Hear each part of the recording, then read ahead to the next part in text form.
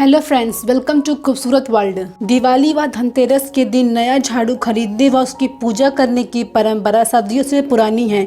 ऐसी मान्यता है कि ऐसा करने से घर में लक्ष्मी का वास होता है। झाड़ू खरीदते समय ध्यान कि एक बार में 1 या 3 या फिर 5 झाड़ू खरीदें, क्योंकि इस तरह झाड़ू खरीदना शुभ माना जाता है। नए झाड़ू को पूजन करने से पहले उससे घर के कुछ हिस्सों का इस्तेमाल कर लें। इसके बाद किसी साफ सुथरे स्थान पर रखें।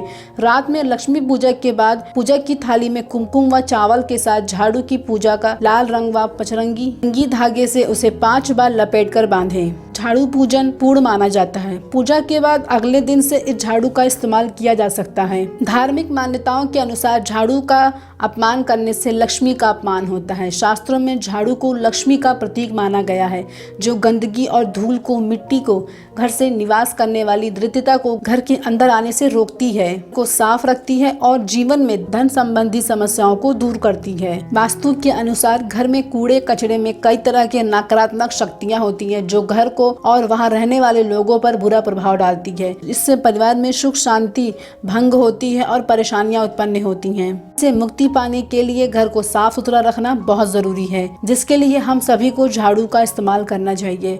ऐसे में मान्यता है कि स्थायी रूप से लक्ष्मी का वास चाहिए तो घर के आसपास की मंदिर को, ब्रह्म मूर्ति को झाड़ू करते रहना चाहिए। यह काम किसी दिन जैसे कोई त्योहार या शुक्रवार के दिन ही करना चाहिए। यह परंपरा पुराने समय से चली आ रही है। कहा जाता है कि जिस तरह से हम देवी लक्ष्मी को आदर देते हैं, ठीक उसी तरह से हमें झाड़ू को भी सम्मान देना चाहिए।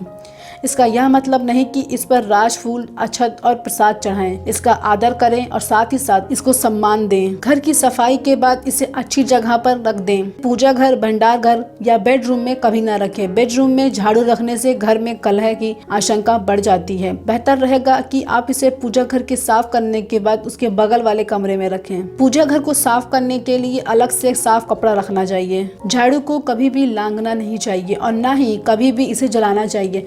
बुजुर्ग कहते हैं कि इससे माँ लक्ष्मी का अपमान होता है।